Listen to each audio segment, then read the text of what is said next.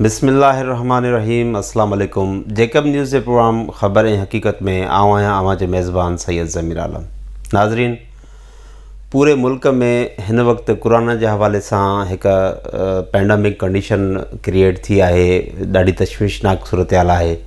हिन सूरत हाल में सिर्फ़ गुज़िरियल 24 कलाकनि में 88 खां बि वधीक अमवात थी चुकियूं आहिनि ऐं हज़ारनि जी तादाद में नवां केस रिपोर्ट थिया आहिनि। अहिड़ी तरह असांजी सिंध में भी सूरत हाल तमामु ॻणती जोगी आहे। कराची जी सूरत हाल हुजे या असांजे ज़िले जेकबाबाद जी हुजे, ज़िले जेकबाबाद में भी रोज़ानो कोरोना जे हवाले सां नवां केस रिपोर्ट थियनि था।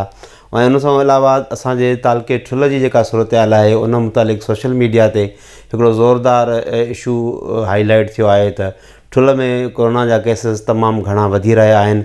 माण्हू मुख़्तलिफ़ क़िस्म जा मुतालबा पिया कनि। माण्हुनि जो मुतालबा इहे बि आहिनि त शहर में कर्फ्यू लॻाए वञे। कंहिंजो मुतालबो आहे मुकमिल लॉकडाउन कयो वञे, छो त वेझड़े हिकु हफ़्ते में तक़रीबन 60 खां 65 माण्हू जेके डेथ केसिस थिया आहिनि। माण्हुनि जो इहो ख़दशो आहे त इहे जेके केसिस आहिनि, जेके अमवात थियूं आहिनि, इन्हनि जो सबबु बि कोरोना ई आहे। सो जेकॾहिं इहा सूरत हाल वाक़ई ईअं आहे या जेको आहे त जीअं लॉकडाउन बि ख़तमु आहे, नरमी आहे, त इन्हनि दौरान जेको आहे इहे केसिस जे अगरि ख़ुदा न ख़्वास्ता कोरोना वायरस फैलिजे थो ऐं इहा सूरत हाल ख़तरनाक बणिजे थी त इनखे फेस करणु असां लाइ तमामु ॾुखियो आहे। इन सिलसिले में असां जेका ठुल जे MPA डॉक्टर सोराब सरकी सां टेलीफोन लाइन ते राब्तो कयो आहे। डॉक्टर साहब अस्सलाम वालेकुम। डॉक्टर साहब, कोरोना जी जेका सूरत हाल आहे उन मुतालिक़ अवां जा कहिड़ा जेको आहे त स्टेप्स आहिनि? अल्लाह रहम फरमाए। तव्हांखे पाण ख़बर आहे कोरोना वायरस जे हवाले सां ॾाढी गंभीर सूरत हाल आहे ऐं माण्हुनि खे पोइ पहिरियों कोशिशि बि कई त असां हथल इम्कान वीचारनि माण्हुनि पाण बि कोशिशि कई त एहतियात कयो वञे, पर तंहिं हूंदे बि तव्हां पाण ॾिसो त हाणे जेकी सूरत हाल आहे उहा ॾाढी क्रिटिकल थी वई आहे। अॼु चीफ मिनिस्टर साहिब बि मां सां मुंहिंजी तबियत भाभी CEO जी पॉज़िटिव, तव्हां ख़बर आहे त अवां जी पॉज़िटिव थी, अवां जी फैमिली जी अल्लाह ताला ख़ैर करे जी। ऐं ॿियो इहे अचानक जेके हिते मौत थियनि था त उहे बि तमामु घणा वधी विया आहिनि। जिन मां ख़दशो ॾेखारियो चीफ मिनिस्टर साहिब खां, मां चयो तेसिताईं तव्हां चेक करायो। जो डिप्टी कमिश्नर बि ठुल वियो ऐं जेकाबाद ठुल, इहो जेको हाई रिस्क ते आहे, माण्हुनि खे मुंहिंजी गुज़ारिश आहे त वधि में वधि ख़्यालु करनि, घर में रहनि, पंहिंजो बचाव करनि। आम माण्हुनि मुतालबो कयो आहे कर्फ्यू या सख़्तु तरीन लॉकडाउन जो, तव्हां कहिड़ी सजेस्ट कयो था? जी साईं, आम माण्हुनि जो मुतालबो इहो आहे त ठुल में कर्फ्यू लॻायो वञे या मतिलबु सख़्तु तरीन लॉकडाउन कयो वञे। तव्हां छा सजेस्ट कयो आहे त छा थियणु घुरिजे? मां चीफ मिनिस्टर साहिब खे अर्ज़ु कयो आहे त सख़्तु लॉकडाउन कयो वञे, ठुल जे अंदरि सख़्तु लॉकडाउन कयो वञे, छाकाणि त ज़िंदगी इंसान जी जेकी हर शइ खां मथां ई आहे ऐं जेकॾहिं इहा ख़राबु सूरत हाल रही त अञा वधीक नुक़सानु थींदो। उन नुक़सान खां बचण जे लाइ बहितर आहे सख़्तु लॉकडाउन। आइंदा लाइ जेके डॉक्टर साहब, आइंदा लाइ जेके माण्हू इफेक्टेड मुमकिना तौर ते माण्हू जेके मुतासिर आहिनि या ॾींहों ॾींहुं रेशो वधंदो पियो वञे, उन लाइ की तव्हां मुनज़िम तरीक़े सां टेस्टिंग सर्विस जेको उनखे टेस्ट करण जेको तरीक़ेकार बि उन वज़े कयो आहे? जी साईं, जेका टेस्ट करण जे लाइ जेके माण्हू हिन वक़्तु माना ॾींहों ॾींहुं केसिस वधंदा पिया वञनि, आम माण्हू जीअं टेस्ट लाइ एग्री न आहिनि, त उन लाइ छा तरीक़ेकार कयो था जीअं माण्हुनि खे? बहितर इहो आहे त माण्हू जेको आहे टेस्ट कराइण तमामु ज़रूरी आहे। ख़ुदा न ख़ास्ता जेकॾहिं न त उन्हनि खे सिम्टम्स आहिनि त पाण घर में आइसोलेशन में हलिया वञनि। वॾी महिरबानी, पंहिंजे घर वारनि जो बि ख़्यालु करनि ऐं उन में घटि नुक़सानु थींदो। घणो माण्हू ॿाहिरि निकिरनि न, हिक ॿिए सां मिलनि न, तमामु एहतियात करनि। बहरहाल वॾी महिरबानी डॉक्टर साहब, तव्हांजी पंहिंजी तबियत बि नज़र नथो अचे। जी डॉक्टर साहब, वॾी महिरबानी तव्हांजी, अल्लाह तव्हांजी सिहत तव्हांखे ठीकु करे, तव्हांजी पंहिंजी तबियत बि ठीकु कान्हे ऐं जेको आहे त इंशाअल्लाह उमेदु आहे त तव्हांजी इंस्ट्रक्शन ते ठुल जा माण्हू अमल कंदा। अल्लाह ताला ख़ैर करे। हीअ आहे असां टेलीफोन लाइन ते डॉक्टर सोराब सरकी MPA ठुल जी सूरत हाल मुतालिक़ गुफ़्तगू कई ऐं उनजा कहिड़ा कहिड़ा स्टेप्स खयां विया आहिनि उन मुतालिक़ जेको आहे त डॉक्टर सोराब सरकी अव्हांखे ब्रीफ कयो। हाणे असां ठुल जी वधीक सूरत हाल मालूम करण लाइ ठुल जे सीनियर सहाफ़ी सरबत कंडाणी सां टेलीफोन लाइन ते राब्तो कयो आहे। सरबत अस्सलाम वालेकुम। सरबत, अव्हांजी पंहिंजी जेको आहे कोरोना जी टेस्ट पॉज़िटिव आई, उन खां पोइ तव्हां आइसोलेट आहियो, पहिरियां तव्हां पंहिंजी तबियत जो असांखे ॿुधाईंदा? जी बिल्कुलु, मां ठीकु आहियां। हिन वक़्तु मां 10 ॾींहं थी विया आहिनि ऐं मां हिन वक़्तु बिल्कुलु जेको नॉर्मल आहियां। तव्हां कोरोना जी टेस्ट पॉज़िटिव अचण खां पोइ घर में आइसोलेट थियो, एहतियात कयो त हिन वक़्तु तव्हांजो रिज़ल्ट बहितर अची वियो आहे। त अहिड़ी तरीक़े सां ठुल्ह जी जेका सूरत हाल आहे, ठुल्ह में ॾींहों ॾींहुं कोरोना जा केसिस वधंदा पिया वञनि। ॾींहों ॾींहुं माण्हुनि जा जेको आहे त अहिड़े क़िस्म जा स्टेटस असां ॾिसूं था सोशल मीडिया ते। आए ॾींहं फ़ौतगियुनि जे बारे में ख़बरूं आहिनि। हिकिड़ी पेंडेमिक कंडीशन जुड़ी आहे, इलाही सारी फ़ौतगियूं थियनि थियूं, माण्हू त उनखे कनेक्ट कनि था कोरोना सां। उनखां पोइ जेको आहे त लॉकडाउन में बि माना मुकमिल नरमी हुई, उनजे करे माण्हू जेको आहे सोशल डिस्टेंसिंग ते बि अमल न कयो। सम्झो था त हाणे सूरत हाल कहिड़ी तरह वञे पई ऐं कोरोना जी सूरत हाल कीअं बीठी आहे? जी तव्हांजी वॾी महिरबानी साईं। बिल्कुलु इहा हक़ीक़त आहे त जेका असांजे ठुल्ह में ख़ासि करे जेका लॉकडाउन वारी सूरत हाल उहा सफ़ा नॉर्मल रही आहे। ठुल्ह में मुकमल तौरु जेका लॉकडाउन न थी सघी आहे। हिन वक़्तु जेका पेचीदा सूरत हाल आहे, जेका ख़तरनाक सूरत हाल आहे, हिन वक़्तु रोज़ु 5, 8, 7 माण्हू जेके सिटी ठुल्ह में उहे माण्हू जा फौत थियनि था ऐं माण्हुनि में इहो ख़ौफ़ आहे त कोरोना वायरस आहे।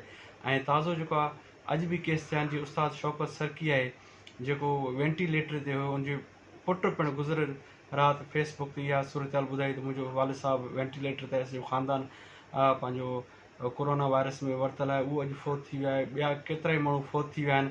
जेतिरो उन्हनि जी का बि टेस्ट न थी आहे, पर उन्हनि में कुझु न कुझु अलामतूं जेके आहिनि उहो कोरोना जी, कंहिंखे बुखार हो, कंहिंखे खंघि हुई, कंहिंखे कीअं, माण्हू सम्झनि था त कोरोना आहे। थी सघे थो न बि थी सघे, तस्दीक तरदीद न हुकूमत करे सघे थी, न ई वारस ॿुधाए सघे था। पर हिन वक़्तु 7, 8 माण्हू जेके रोज़ु मरनि था ऐं माण्हू ख़ौफ़ में वरितल आहिनि। ताज़ो जेको अॼु सुबुह CM सिंध जेका MP डॉक्टर सोहराब सरकी जेको पिणु कोरोना वायरस में मुब्तला आहे, उन सां जेका राब्तो कयो आहे। उन खां पोइ CM सिंध DC जेकाबाद सां राब्तो कयो। DC फौरी तौरु हंगामी इजलास तलब कयो आहे। उन में मुख़्तलिफ़ जेका घरू खाते खे जेका उन्हनि ख़त लिखियो आहे त ठुल्ह में जेका मुकमल लॉकडाउन करण लाइ फ़ौज या रेंजर्स जेका मुक़ररु कई वञे।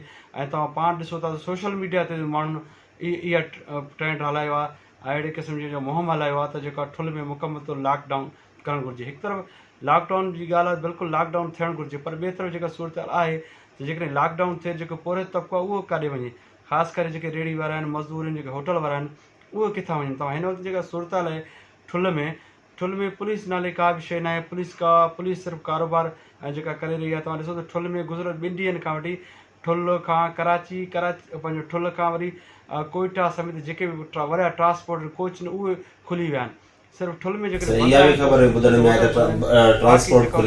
कंहिं बि क़िस्म जो को बि जेका शइ मुंहिंजो बंदि न आहे। सिर्फ़ु शहर खुलियो पियो आहे, हज़ारनि ताईं माण्हू अचनि था, तंहिंजे करे जेका माण्हुनि जी जेका फ़ौतगियूं थियनि थियूं, माण्हुनि में ख़ौफ़ आहे ऐं हिरास आहे ऐं इंतिज़ाम इन हवाले सां को बि किरदारु अदा करण लाइ तयारु न आहे। तव्हां ॾिसो त मां मुंहिंजो ख़ानदान समेत केतिरा जेके फ़र्द आहिनि जेको हिन वक़्तु आइसोलेट थियल आहिनि। असां हिन वक़्तु बहितर आहियूं, नॉर्मल आहियूं। ऐं माण्हू जेके ख़ासि करे हितां जा माण्हू आहिनि उहे जेका कोरोना टेस्ट खां कराइण खां लवाइनि था, जंहिंजे करे इहे अहिड़े क़िस्म जा त हिन वक़्तु जेका 100 खां वधीक माण्हू आइसोलेट थियल आहिनि। सरकारी अंग अखरनि मुताबिक़ हिन वक़्तु जेका 41 जेके माण्हू आहिनि उहे हिन वक़्तु जेका कोरोना जा रिज़ल्ट जेका पॉज़िटिव आहिनि। जी सरमद, मां तव्हांखां इहो ई मालूम करणु पिया चाहियो त जेके पढ़ियल लिखियल माण्हू आहिनि टेस्ट कराइण जे जेके प्रोसेस में अचण खां लवाइनि पिया, ऐं अनपढ़नि ते त ठीकु आहे, उन सां त उनजो मसइलो आहे, उनखे सम्झाइणु मोटिवेट करणु ॾुखियो आहे। पर ठुल्ह जो त काफ़ी अहिड़ो तबिको आहे जेके पढ़ियल लिखियल हुजण जे बावजूदि सिम्टम्स बि महसूसु कनि था, तकलीफ़ुनि में बि आहिनि, पर टेस्ट करण खां जेको आहे त अवॉइड पिया कनि। इहो जेकॾहिं रुझान रहियो त इन जा नतीजा त अञा वधीक ख़राबु निकिरी सघंदा। जी साईं, बिल्कुलु इहा तव्हांजी ॻाल्हि 100% सही आहे। मां हिते तव्हांखे ॿुधाईंदो हलां, मां नाला नथो खणा, पर मुख़्तलिफ़ खातनि जा ऑफिसर उहो पिणु कोरोना में वरितल आहिनि। उनखे खंघि बुखार ॿियों आहे, उहो पंहिंजो नथा करनि। उनजे घरनि जा सॼो ख़ानदान जेको आहे वरितल आहिनि, उहो टेस्टूं नथा कराइनि। ऐं इवन डॉक्टर आहिनि जेके, हालांकि डॉक्टर आहिनि, ज़िले जो हिकु आम ज़िले जेको ऑफिसर आहे हेल्थ खाते जो ऑफिसर आहे, ठुल्ह सां उनजो वास्तो आहे, उनजो सॼो ख़ानदान वरितल आहे। उन जी टेस्ट लाइ जॾहिं 3-4 ॾींहं पहिरियों टीम उनजे घर आई त उन जवाबु ॾेई छॾियो त मां सरकारी टेस्ट न कराईंदुमि। नतीजे में उहो माण्हू हितां शिफ्ट थी करे हैदराबाद हलियो, उते टेस्ट करें। उहो टेस्ट कहिड़ी आई आहे, पॉज़िटिव आई या नेगेटिव आई, ख़ुदा ख़बर। पर उन जे ख़ानदान जो घटि में हिन वक़्तु बि 30 खां 40 माण्हू उहो पंहिंजो हिन वक़्तु आइसोलेट थियल आहिनि। उनजो जेका रिज़ल्ट उहा पॉज़िटिव अची वई आहे। तव्हां ॾिसो त पंहिंजो सेप्को जा अमलदार आहिनि, पंहिंजो ताज़ी जेका LS आहे, जंहिंखे चार्ज बि आहे सेप्को SDO जो, उहो पाण पंहिंजो हिन वक़्तु पॉज़िटिव थियल आहे। उहो आइसोलेट, उनजो ख़ानदान सॼो पंहिंजो आइसोलेट थियल आहे। टीओ एजुकेशन फीमेल आहे जेका यास्मीन सरकी, इन जो सॼो ख़ानदान जेका उहा पॉज़िटिव थियल आहे, पर उन्हनि टेस्टूं सरकारी न करणु अहिड़े तरह खोड़ अहिड़ा माण्हुनि घटि में घटि 7 जे तादाद जेके माण्हू उहो पंहिंजो टेस्ट नथा कराइनि, ऐं टेस्ट न करण जे नतीजे में जेका जो अमवात वधीक थिए था ऐं माण्हू सम्झनि नथा ऐं माण्हू इन खे ड्रामो था रचाइनि। मां तव्हांजे तसव्वुर सां हिकिड़ी ॻाल्हि ॿुधाईंदो वञा त माण्हू चवनि था जेको कोरोना जो जेको मरीज़ आहे उनखे सरकार तरफ़ां 25 लख रुपया मिलनि था, पर मां तव्हांखे पाण मूं समेत मुंहिंजे ख़ानदान 3 माण्हू असां कोरोना में वक़्तु लड़ो, असांखे त पेनाडोल जी हिकिड़ी गोरी बि न मिली आहे। केरु थो चए बाबा इहे माण्हू चवंदा असां पैसनि जे करे करंदा, कुझु बि कोन्हे। जेकॾहिं पैसे MP सोराब सरकी उनजो सॼो ख़ानदान जेका उहो वरितल आहे, सूरत हाल इहा आहे पंहिंजो साईं ज़मीर अली शाह साहब, तव्हां डॉक्टर सोराब सां बि ॻाल्हि ॿोल कई त तव्हां इमदाद ख़ान सरकी जेको मिस टाउन कमेटी जो चेयरमैन आहे, उनजी हालति तव्हां ॾिसो एॾो कमज़ोर थी वियो आहे। उनजो पुटु आहे यासिर सरकी, उहो वीचारो बेड खां वॉशरूम ताईं वेहण लाइ तयारु, एतिरो कमज़ोर थी वियो आहे, सॼो ख़ानदान उनजो वरितल आहे। डॉक्टर सोराब सरकी जहिड़ो माण्हू उहो ॿुधाए थो त असांजो रिज़ल्ट पॉज़िटिव आहे, पर माण्हू असांजा सम्झनि नथा। माण्हुनि जो ज़ोर इहो आहे त साईं इहो ड्रामो आहे, ख़ासि करे जेके मज़हबी तंज़ीम जा माण्हू उनखे ग़लति सम्झनि था, या वरी जेकर पीपल पार्टी जा मुखालिफ़ जेके माण्हू आहिनि, जेके PTI जा हामी आहिनि, उहे वरी इन मामले खे मज़ाक़ सम्झी करे माण्हुनि खे बरगलाईंदा, नतीजे में जेको केस वधी रहिया आहिनि। त हर घर में मुंहिंजे ख़्याल में 2 खां 3 माण्हू 4 माण्हू 5 माण्हू वरितल आहिनि। जंहिं बि माण्हू खां पुछा कयूं था त जेको आहे कोरोना जा माण्हू मरीज़ मौजूदु आहिनि, पोइ टेस्ट करण लाइ तयारु न आहे। पर ताज़ो जेकॾहिं हाणे जेका अॼु जेका अखि पटी आहे ज़िला हुकूमत CM जे नोटिस खां पोइ जेकॾहिं टेस्टूं थियनि, मां सम्झा थो DHO जी बि जेका ताज़ी ख़बर आई आहे, DHO जैकाबाद पिण इहा ॻाल्हि कई त ठुल में हिन वक़्तु बि जेके टेस्ट थियनि था 25% टेस्ट पॉज़िटिव थियनि था। हा, त अंदाज़ो लॻाए त सिर्फ़ु ठुल जा 2-3 डॉक्टर जेके आहिनि उहे हिन वक़्तु आइसोलेट थियल आहिनि, ऐं जेकॾहिं तव्हां ॿियो कुझु न ठुल जे डॉक्टरनि जी टेस्ट कयो त मां सम्झा 95% उनजा रिज़ल्ट जेका पॉज़िटिव ईंदा, पर कोई बि का बि टेस्ट कोन्हे, टेस्ट करण लाइ तयारु न आहे। एॾी ॾुखियाई वारी सूरत हाल आहे। असां DHO खे फ़ोन कयूं, DC खे फ़ोन कयूं, उन खां पोइ उनजो टेस्ट था करनि। माण्हू उनखे मज़ाक़ सम्झनि था, साईं 25 लख रुपया मिलनि था, पैसा मिलनि था। कंहिंखे पैसा मिलनि हा त जेका सख़त जो साहबी उहो कोरोना में फ़ौत थियो उनखे मिलनि हा, शहीद इमदाद खखराणी जेको शिकारपुर रखण वारो उनखे पैसा मिलनि हा, कुझु बि कोन्हे। माण्हुनि खे तव्हांजे तसव्वुर सां असां चऊं था त ख़ुदा पंहिंजूं टेस्टूं करायो, पाण खे बचायो, पंहिंजे ख़ानदान खे बचायो। हीउ तमामु ख़तरनाक वबा आहे। असां एॾी सूरत हाल मां गुज़रिया आहियूं, गुज़िरियल 10 ॾींहंनि खां असांखे ख़बर आहे, असां भला असां गुज़िरियल 10 ॾींहंनि खां वेठा आहियूं, असांखे ख़बर आहे असांजे 3 मरीज़नि जो बि 5 खां 6 हज़ार रुपयो ख़र्चु आहे, घर भातियुनि खां असां जुदा वेठा आहियूं, पूरे दुनिया खां असां हिकिड़े क़िस्म कटिलूं। तमामु ख़तरनाक जेका सूरत आहे, तंहिंजे करे ठुल जे माण्हुनि खे अखि पटणु घुरिजे, जैकाबाद ॻड़ी करे दोस्तनि अखि पटणु घुरिजे ऐं पंहिंजूं टेस्टूं कराइनि, त जीअं ख़बर पए थी कोरोना जेका उन खां माण्हू बची सघे। जी वॾी महिरबानी सरवर, तव्हां तमामु तफ़सील सां जेको आहे हुनखे ब्रीफ बि कयो, जेके हालात पेश आहिनि उन्हनि ते बि तव्हां डिस्कस कई, ऐं जेकॾहिं एहतियात न कयो वियो त उन खां पोइ नतीजा कहिड़ा निकिरंदा उन ते बि तव्हां डिस्कस कई। पंहिंजे कीमती वक़्तु पंहिंजो वधि में वधि ख़्यालु रखंदा, पंहिंजी फैमिली ख़्यालु रखंदा। वॾी महिरबानी तव्हांजी। नाज़रीन, सरमद कंडराणी जूं अवां ॻाल्हियूं ॿुधियूं। सरमद कंडराणी पाण बि आइसोलेट आहे, कोरोना जी टेस्टनि पॉज़िटिव अचण खां पोइ हुन पाण खे आइसोलेट करे छॾियो आहे ऐं एहतियाती वाहिद हल आहे। हिन वक़्तु ज़रूरत बि इन ॻाल्हि जी आहे त हिन मौजूदा पैनिक कंडीशन में असांखे इन कोरोना खे सीरियस वठणु घुरिजे। किथे ईअं न थिए जो इहा सूरत हाल अञा वधीक तशवीशनाक थी वञे ऐं असांखे पछताइण खां सवाइ ॿियो कुझु बि न मिले। इन सां गॾु पंहिंजे मेज़बान सैयद ज़मीर आलम खे ॾींदा इजाज़त। अल्लाह हाफ़िज़।